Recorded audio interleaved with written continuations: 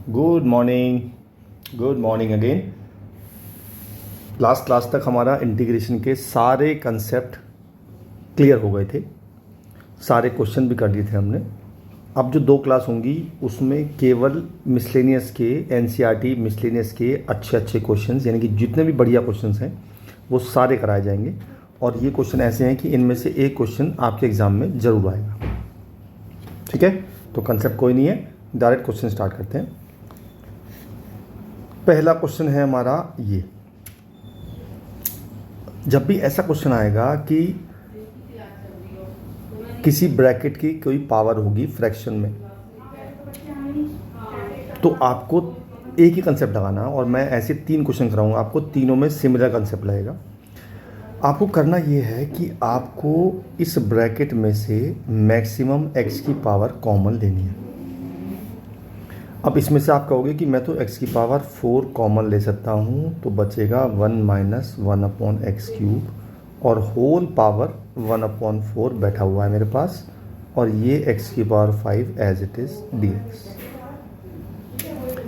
जब हम इन दोनों की 1/4 पावर को अलग अलग डिस्ट्रीब्यूट करेंगे तो ये तो x बचेगा, ये हो जाएगा 1 माइनस x³ की पावर 1/4 और ये x की पावर 5 एज इट इज़। ये इससे कट के x की पावर 4 बच जाएगा।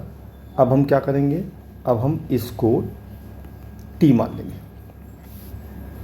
इसका डिफरेंशिएशन होगा +3/x की power 4 dx is equal to dt। अच्छा, आपको अगर ये समझ में ना आया हो कि मैंने इसका डिफरेंशिएशन कैसे किया है, तो मैं इसको ऊपर ले गया x की पावर -3, डिफरेंशिएशन हो जाएगा इसका -3x की पावर -4, और इसको हम ऐसे लिख सकते हैं। यहाँ मेरे पास 3 नहीं है तो मैं 3 को इधर ले गया, तो 1/x की power 4 dx is equal to हो गया 1/3 dt। अब देखो ये पूरी वैल्यू मेरे पास एज इट इज़ यहाँ बैठी हुई है, तो मैंने इसको 1/3 dt रख दिया और इसको रख दिया मैंने t, तो ये हो गया t की पावर 1/4 और 1/3 dt। 1/3 बाहर पहुँच जाएगा और इसका कर देंगे इंटीग्रेशन 1/4 + 1/1/4 + 1, तो ये हो जाएगा t की पावर 5/4 और यहाँ हो जाएगा 4/5। तो मेरा आंसर आ गया 4/15 इंटू t की वैल्यू 1 माइनस 1/x³ की पावर 4/5/4। ये मेरा आंसर आ गया +c।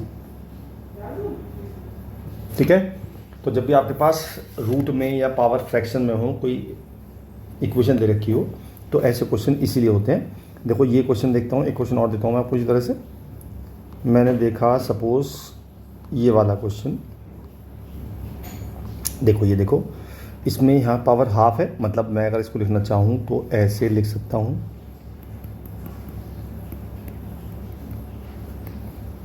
तो इसमें भी यही करना है मुझे। मैंने इस ब्रैकेट से x की मैक्सिमम पावर कॉमन लेनी है, तो x² कॉमन ले सकता हूँ, और जब मैं x² कॉमन लूँगा तो बाहर x आएगा और अंदर बचेगा a/x - 1 की पावर हाफ। ये मिलके बन जाएगा x²। तो मेरा क्वेश्चन बन गया x² और a/x - 1 की पावर हाफ dx। अब मैंने a/x - 1 को t मान लिया, इसका differentiation -a/x² dx is equal to dt। मुझे -a नहीं चाहिए, तो 1/x² dx is equal to -1/a dt आ गया। मैंने वैल्यू पुट कर दी, यानी कि 1/x² इंटू dx, इसकी जगह रख दिया मैंने ये, तो -1/a तो बाहर आ गया, ये हो गया dt, और इसकी जगह रख दिया मैंने t, तो ये हो गया √t। जब मैंने इंटीग्रेशन स्टार्ट किया था बताया था मैंने आपको 1/√t का इंटीग्रेशन आप याद कर लो 2√t होता है, आसान पड़ेगा आपको। तो आंसर आ गया 1/a इंटू 2√t, t की वैल्यू पुट कर दी, तो -2/a √a/x - 1 + c, ये मेरा आंसर आ गया। ठीक है, क्लियर। एक क्वेश्चन और लेते हैं इसी कंसेप्ट से। जैसे ये क्वेश्चन देखो मैंने लिया, इसमें भी इसमें से x की हाईएस्ट पावर कॉमन ले लेंगे, तो मैं x की पावर 4 कॉमन ले सकता हूँ। लेकिन जब मैं x की पावर 4 कॉमन लूँगा तो मैं ध्यान से दिखाता हूँ, x का 4 कॉमन लिया, अंदर बचा ये, और होल पावर 3/4 है। जब मैं इस पावर को इसके साथ और इसके साथ अलग अलग डिस्ट्रीब्यूट करूँगा तो मेरा बन जाएगा dx/x², ये बन जाएगा x³ और ये बन जाएगा 1 + x⁴ 3/4। ये दोनों मिलके बन जाएंगे x⁵, तो dx/x⁵ और 1 + x⁴ 3/4। बस अब मैंने इसको t मान लिया, जैसे मैं हर क्वेश्चन में कर रहा हूँ।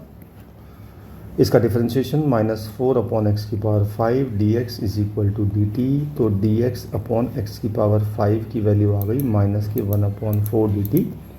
इसका मतलब ये हुआ कि इसको तो रख दिया मैंने -1/4 dt और इसको रख दूंगा t, तो -1/4 तो बाहर आ जाएगा, dt/t⁴ ये ऊपर जाके माइनस पावर और फिर इसका इंटीग्रेशन, तो -3/4 + 1/-3/1। मुझे लगाया मैंने, x⁴n का फॉर्मूला होता है ना, x⁴n+1/n+1। बस इसको सॉल्व करना है आपने, तो ये हो जाएगा -1/4 t⁴ 1/4 c, ये कट गया, तो मेरा आंसर आ गया -t⁴ 1/4 c। बस t की वैल्यू है 1 + 1/x⁴ की पावर 3/4। बस ये मेरा आंसर आ गया। तो ये 3 क्वेश्चन कराए मैंने आपको, एक ही टाइप के थे। तो जब भी आपको ऐसा क्वेश्चन दिखे तो आप ब्रैकेट में से मैक्सिमम पावर कॉमन ले लेंगे और फिर जो बचेगा उसे t मान लेंगे। ठीक है, चलिए जी अगला क्वेश्चन लेते हैं। अब देखो इसमें लगना है पार्शियल फ्रैक्शन, जिसमें मैंने आपको पहले जो इंडेफिनिट की आखिरी वीडियो थी पार्शियल फ्रैक्शन की, तो मैंने आपको बताया था कि पार्शियल फ्रैक्शन तभी लगेगा जब ऊपर की पावर नीचे की पावर से छोटी होगी, लेकिन इसमें तो बड़ी है। अच्छा, बराबर होगी तो भी मैंने कंडीशन बताई थी 1+ लगाते हैं, लेकिन इसमें तो बड़ी है तो इसमें तो डिवाइड करना ही पड़ेगा। तो पहले इसको मल्टीप्लाई कर लेते हैं डिवाइड करने के लिए, तो x³ + x - x² - 1, तो मेरा आ गया x³ - x² + x - 1। और अब हम इसको इससे डिवाइड करेंगे। बहुत लोगों को डिवाइड करने में पता नहीं क्यों कन्फ्यूजन होता है, ये सब 9th में पढ़ा है हमने। तो पहले मैंने किया इसको मल्टीप्लाई, यहाँ लिख देता हूँ x³ - x² + x - 1। तो पहले करूँगा मैं x से मल्टीप्लाई, तो x⁴ - x³ + x² - x। ये साइन चेंज करने हैं, ये कट गया, तो मेरा आ गया x³ - x² + x। अब मैंने 1 से किया, तो x³ - x² + x + 1 sign change कर दिए, ये कट गए, -1 आ गया। जब हम डिवाइड कर देते हैं तो हम लिखते कैसे हैं, पहले लिखते हैं क्वेश्चन कौन सा होता है, जो यहाँ पे आया वो क्वेश्चन होता है, प्लस रिमाइंडर हमारा ये होता है, और अपॉन डिवाइजर जिससे हमने डिवाइड किया है, और इसको मैंने वापस से यही लिख दिया क्योंकि मैंने इसको ही मल्टीप्लाई किया था। ठीक है, क्लियर। चलिए जी, अब मुझे करना है इसका इंटीग्रेशन। तो मैं इन दोनों की तो सोच नहीं रहा, एक से तो मुझे पता है दोनों का, x का भी पता है मुझे, x + 1 का भी पता है। यहाँ लगाना है मुझे पार्शियल फ्रैक्शन, माइनस को मैं यहाँ ले आता हूँ, तो मैं इसमें लगा रहा हूँ पार्शियल फ्रैक्शन। और मैंने आपसे कहा था partial fraction is not the part of integration, तो ये हो जाएगा a/x - 1 + bx + c/x² + 1। ये क्वाड्रेटिक है, इसके फैक्टर नहीं हो सकते, इसलिए इसके ऊपर bx + c आएगा, याद है ना।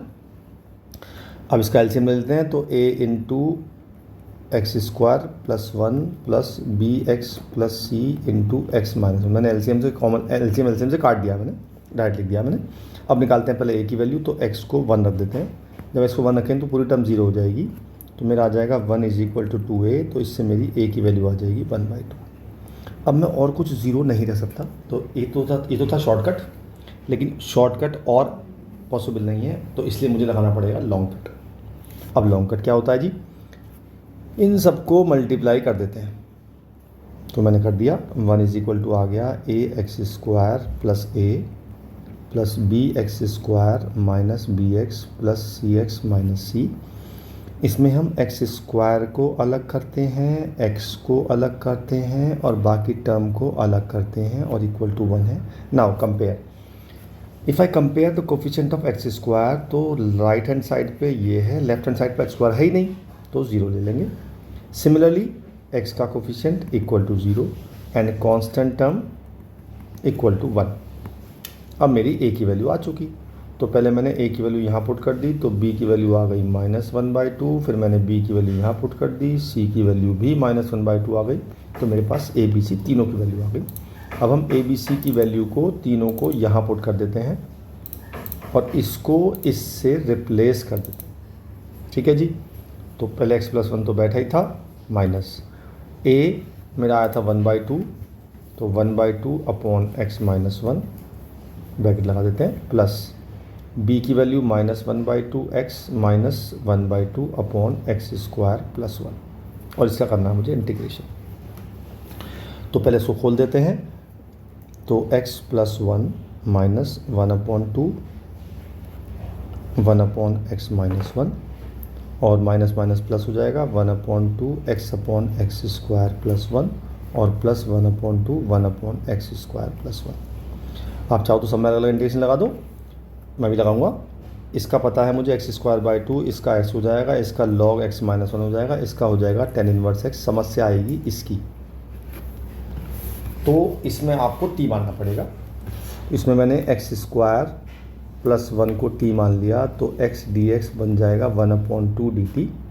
तो मेरा क्वेश्चन बन जाएगा, सबका कर रहा हूँ इंटीग्रेशन, इसका करूँगा x²/2, इसका x हो जाएगा, इसका हो जाएगा -1/2 log x - 1, ये बन जाएगा 1/4 dt/t, इसका हो जाएगा 1/2 tan 1x। बस इसका कर दो log t और मेरा आंसर आ जाएगा, ठीक है। Got it. लंबा क्वेश्चन था लेकिन बढ़िया क्वेश्चन था। चलिए जी आगे चलते हैं, अगला क्वेश्चन है ये। तो जब भी आपको log x ऐसे दिखे तो आप हमेशा log x को t मान लिया करो। इसके बाद log की प्रॉपर्टी, क्योंकि यहाँ बेस में e होता है तो x हो जाएगा e⁻t, तो dx हो जाएगा e⁻t dt। तो मैंने इसकी जगह रख दी ये वैल्यू और इन दोनों की जगह रख दिया t। मेरा क्वेश्चन बन गया e⁻t log t + 1/t² dt, ठीक है जी। अब मैंने क्या किया, मैंने क्वेश्चन दो तरीके से करने के, मैं आसान तरीका बताया था आपको। मैंने क्या किया, मैंने इस ब्रैकेट में 1/t ऐड कर दिया और 1/t माइनस कर दिया, और ये मेरे पास चल ही रहा था पहले से। अब मैंने इसको एक साथ लिया और इसको एक साथ लिया, यानी कि e⁻t log t + 1/t, minus common लेके e⁻t 1/t - 1/t² dt यहाँ अलग, dt यहाँ अलग। जब हमने बाई पार्ट्स किया था तो कॉन्सेप्ट बताया था मैंने, e⁻x हो, एक फंक्शन हो प्लस उसी का डिफरेंशिएशन भी हो, तो इसका सीधा आंसर होता है e⁻x × fx + c। याद आया? तो अगर आप देखो तो ये मैंने फंक्शन मान लिया, इसका डिफरेंशिएशन ये बैठा, और मगर मैंने इसको फंक्शन मान लिया, इसका डिफरेंशिएशन ये बैठा। तो मैंने दोनों में अलग-अलग फॉर्मूला लगा दिया। तो पहला बन गया e⁻t × log t minus e⁻t × 1/t। बस अब वैल्यू पुट करनी t की, तो पहले तो e⁻t की जगह पुट कर देंगे x, तो ये हो जाएगा x, t की जगह log x log x minus x/log x। ये मेरा आंसर आ गया। प्लस सी लगाना मत भूलना बिल्कुल भी, ये एक नंबर का है, ठीक है। Got it. चलिए आगे चलते हैं, अगला क्वेश्चन बढ़िया क्वेश्चन। तो इसमें क्या किया मैंने, कॉट को लिख दिया cos x upon sin x, और इसको लिख दिया sin x upon cos x, और अब ले लिया मैंने LCM। तो जब LCM लिया तो LCM आ गया √sin x × cos x, ऊपर आ गया cos x + sin x। अब मैंने रूट के अंदर 2 से मल्टीप्लाई और बाहर √2 से मल्टीप्लाई कर दिया। √2 बाहर चलेगा, ये हो गया cos x + sin x। और मैंने इसमें क्या किया, मैंने इसमें किया 1 - 2 sin x cos x। देखो 1 से 1 कट जाएगा, तो अगर मैं इस पूरे को सॉल्व करता हूँ तो वो यही आएगा, मतलब मैंने बेसिकली +1 और -1 किया। अब मैं इस 1 को लिखूँगा sine square x plus cos square x, तो ये पूरा फॉर्मूला बन जाएगा cos x minus sine x का होल स्क्वायर। तो मैंने लगा दिया, ये बन गया cos x minus sine x का होल स्क्वायर डी एक्स। अब मैंने cos x minus sine x को टी मान लिया, तो ये हो गया minus sine x minus cos x d x is equal to d T. तो sine x plus cos x d x आ गया माइनस के डी टी। तो मेरा क्वेश्चन बन गया √2 माइनस के D T upon 1 minus T square. ये डायरेक्ट फॉर्मूला होता है साइन इनवर्स टी का, तो माइनस √2 बाहर आ गया और ये हो गया साइन इनवर्स टी, तो माइनस √2 साइन इनवर्स टी की वजह cos x minus sine x plus, ये मेरा आंसर आ गया। ठीक है, नेक्स्ट क्वेश्चन लेते हैं। ये आ गया लिमिट का और मॉड लगा हुआ है। तो मैंने जब आपको प्रॉपर्टीज़ ऑफ इंटीग्रेशन बताया था, तो जब भी मॉड के अंदर कुछ आएगा तो आप मॉड वाले को इक्वल टू 0 पुट करेंगे। याद आया? जब मैंने इसको 0 पुट किया तो या तो x 0 होगा या साइन पाई x 0 होगा। अब जो साइन पाई x 0 होता है वो ऑल पाई पे होता है, यानी कि 0 पे भी, पाई पे भी, 2 पाई पे भी, 3 पाई पे भी। तो x की वैल्यू आ जाएगी 0 1 2 3 ब्ला ब्ला ब्ला। लेकिन मेरे पास जो वैल्यू है -1 से 3/2 तक आनी चाहिए, तो मेरे पास केवल ये 2 ही वैल्यू आएंगी। फिर हम क्या करते थे, याद है? हमें बनाते थे नंबर लाइन, -1 3/2 यहाँ, ये वैल्यू 0 और 1। अब आपको हर एक पे अलग अलग चेक करना है। पहले मैंने यहाँ के लिए क्या किया, -1/2 पुट कर दिया। कहाँ पुट किया पता है? अपने फंक्शन में, यानी कि इसमें। तो अगर मैं -1/2 पुट करता हूँ तो ये वैल्यू नेगेटिव, ये वैल्यू नेगेटिव, तो पॉजिटिव आ जाएगा। यहाँ के लिए मैंने पुट कर दिया 1/2, तो ये भी पॉजिटिव, ये भी पॉजिटिव, पॉजिटिव आ गया। यहाँ के लिए पुट किया मैंने 1 से 3/2 तक। अब देखो ये सोचने वाली बात है कि मैंने पॉइंट कैसे चूज़ किया। सिंपल सी बात है कि अगर मैं हिंदी में बोलूँ तो ये 1 है और ये 1.5 है ना, है नहीं? तो 1 और 1.5 के बीच में मैंने क्या ले लिया, 1 + 1/, यानी कि सवा ले लिया, 5/4। तो मैंने जब 5/4 पुट किया, यहाँ पुट करूँगा तो ये हो जाएगा साइन 5π/4। ये लाई करता है थर्ड क्वाड्रेंट में, तो ये नेगेटिव आएगा, इसलिए ये नेगेटिव आ गया। अब देखो यहाँ पे दोनों एक साथ एक लगातार रूट प्लस आ रहे हैं, तो मैं इसको एक ही मान लूँगा और इसको मान लूँगा अलग। यानी कि मैं लगाऊँगा -1 से 1 x sine pi x dx, mod नहीं आएगा, और माइनस है इसलिए माइनस आ जाएगा, और 1 से 3/2 x sine pi x, mod हट गया। अब मैं क्या करूँगा, मुझे दोनों बार अलग अलग इंटीग्रेशन करना पड़ेगा। तो मैं क्या कर रहा हूँ, पहले मैं इसका इंटीग्रेशन पूरा कर लेता हूँ, फिर दोनों को वैल्यू पुट कर दूंगा, फिर लिमिट लगाऊंगा। राइट? इसे माना मैंने फर्स्ट फंक्शन, इसे माना मैंने सेकंड फंक्शन। तो फर्स्ट को एज इट इज़ इसका इंटीग्रेशन करेंगे, तो माइनस के cos πx upon pi minus, पहले का डिफ्रेंशिएशन 1, दूसरे का integration cos πx upon pi, और होल का दोबारा इंटीग्रेशन। तो ये आ जाएगा माइनस के x cos πx upon pi minus minus plus 1/पाई बाहर, और ये हो जाएगा cos πx dx। तो ये हो जाएगा माइनस के x cos πx upon pi plus 1/पाई, कॉस का होता है साइन πx अपॉन पाई। तो अल्टीमेटली आ गया माइनस के x cos πx upon pi plus sine πx upon pi square. ये मेरा पूरा इंटीग्रेशन आ गया। अब आपको लिमिट रखनी है, बस एक बार इसके लिए और एक बार इसके लिए। ठीक है, तो लग देते हैं लिमिट। तो पहले रखेंगे हम माइनस के x cos πx upon pi plus sine πx upon pi square, limit होगी -1 से 1 minus x cos πx upon pi और plus sine πx upon pi square, limit होगी 1 से 3/2। चलिए पहले 1 पुट करते हैं। देखो यहाँ तो ध्यान रखो, जब मैं 1 पुट करूँगा तो ये 0 आएगा, और -1 पुट करूँ तो भी 0 आएगा, तो मतलब ये टर्म तो मेरी ख़त्म हो गई। यहाँ पुट करते हैं पहले 1, तो minus cos pi upon pi minus 1 cos minus pi upon pi. ये तो आ गया पहला वाला। अब देखो जब मैं 3/2 पुट करूँगा तो ये टर्म 0 हो जाएगी, बिकॉज कॉस 3π/2 0 होता है, और जब 1 पुट करूँगा तो ये टर्म 0 हो जाएगी। ठीक है, तो जब मैं 3/2 पुट कर रहा हूँ तो केवल मुझे यहाँ पुट करना पड़ेगा, तो sine 3π/2 upon pi square minus, जब 1 पुट करना पड़ेगा तो केवल यहाँ पुट करना पड़ेगा, यानी कि कॉस पाई अपॉन पाई। बस इसको सॉल्व करना है। कॉस पाई की वैल्यू होती है -1, यहाँ भी कॉस अपना माइनस खा जाता है तो ये भी -1 हो जाएगा, ये होती है -1 और ये होती है -1, यानी सबकी वैल्यू -1 हो गई। तो ये आ गया 1/पाई प्लस 1/पाई, माइनस माइनस प्लस हो गए, प्लस 1/पाई स्क्वायर, और एक माइनस ये, एक माइनस ये, एक माइनस ये, तो -1/पाई। तो मेरा आंसर आ गया 1/पाई स्क्वायर प्लस 1/पाई, दैट इज़ माई आंसर। शायद एक मिस्टेक हुई है कुछ कहीं, हाँ एक मिस्टेक मिल गई, ये माइनस हम कंसीडर नहीं किया, तो ये माइनस यहाँ आएगा तो ये भी प्लस हो जाएगा, तो 3/पाई हो जाएगा। ये मेरा आंसर हो गया।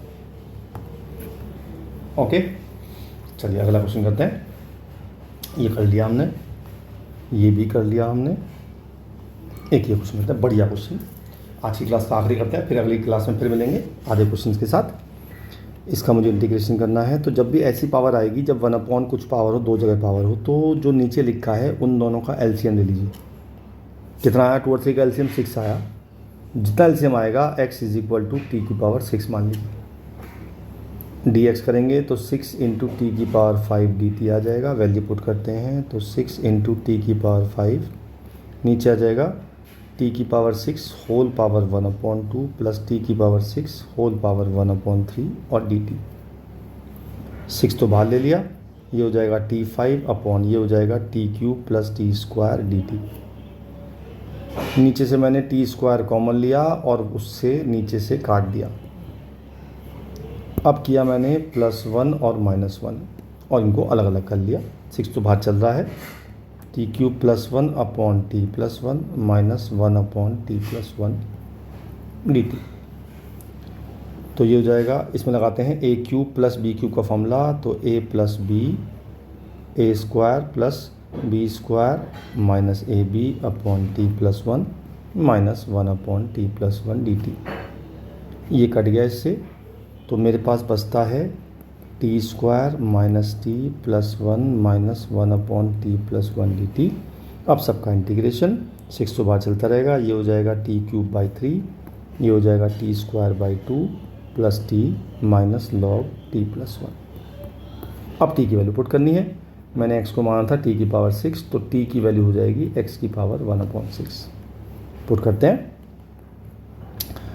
तो 6 × x⁴ whole cube upon 3 minus 1/2, 6 आ गया यहाँ पे, x⁴ whole square plus 6 × x⁴ minus 6 × log x⁴ plus 1।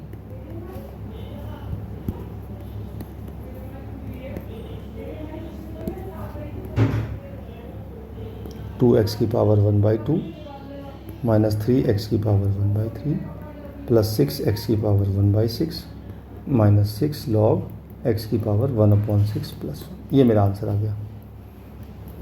ठीक है, सारे अच्छे क्वेश्चन हैं, सारे एनसीईआरटी के क्वेश्चन हैं, तो इसमें से क्वेश्चन आने की पूरी उम्मीद है। चलो एक और कर लेते हैं क्वेश्चन, बढ़िया क्वेश्चन। इसमें आपको क्या करना है, बस इसमें एक ट्रिक है। ट्रिक ये है कि आपने ये जो 1 लिखा है ना, इसको 1 का स्क्वायर लिखना है और 1 के स्क्वायर को रिप्लेस करना है साइन 1 को रिप्लेस करना है sin² x plus cos² x से। ठीक है जी, तो मैंने ऊपर लिखा sin⁴x का स्क्वायर माइनस cos⁴x का स्क्वायर, नीचे लिखा मैंने sin² x plus cos² x का whole square minus 2 sin² x cos² x dx।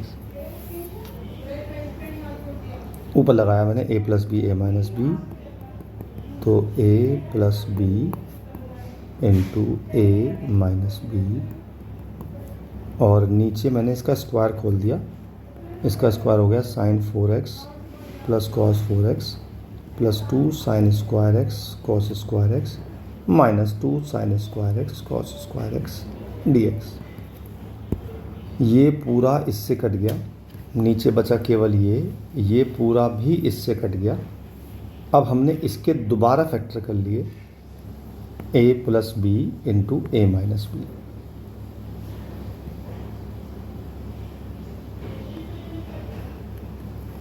ये मुझे पता है वैल्यू 1 होती है, मैंने 1 रख दिया और इसमें से माइनस कॉमन लिया तो अंदर हो गया cos square x minus sign square x.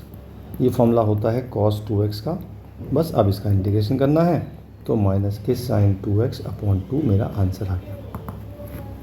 ठीक है, तो आज काफ़ी क्वेश्चन कर लिए हैं। एक वीडियो और लगेगी जिससे आपका पूरा इंटीग्रेशन ख़त्म हो जाएगा फॉर 11th क्लास मतलब 12th क्लास CBSE या ICSE कोई भी बोर्ड हो। ठीक है, तो अगली वीडियो में फिर मिलता हूँ CBSE के लिए आखिरी वीडियो के लिए। तब तक के लिए बाय बाय।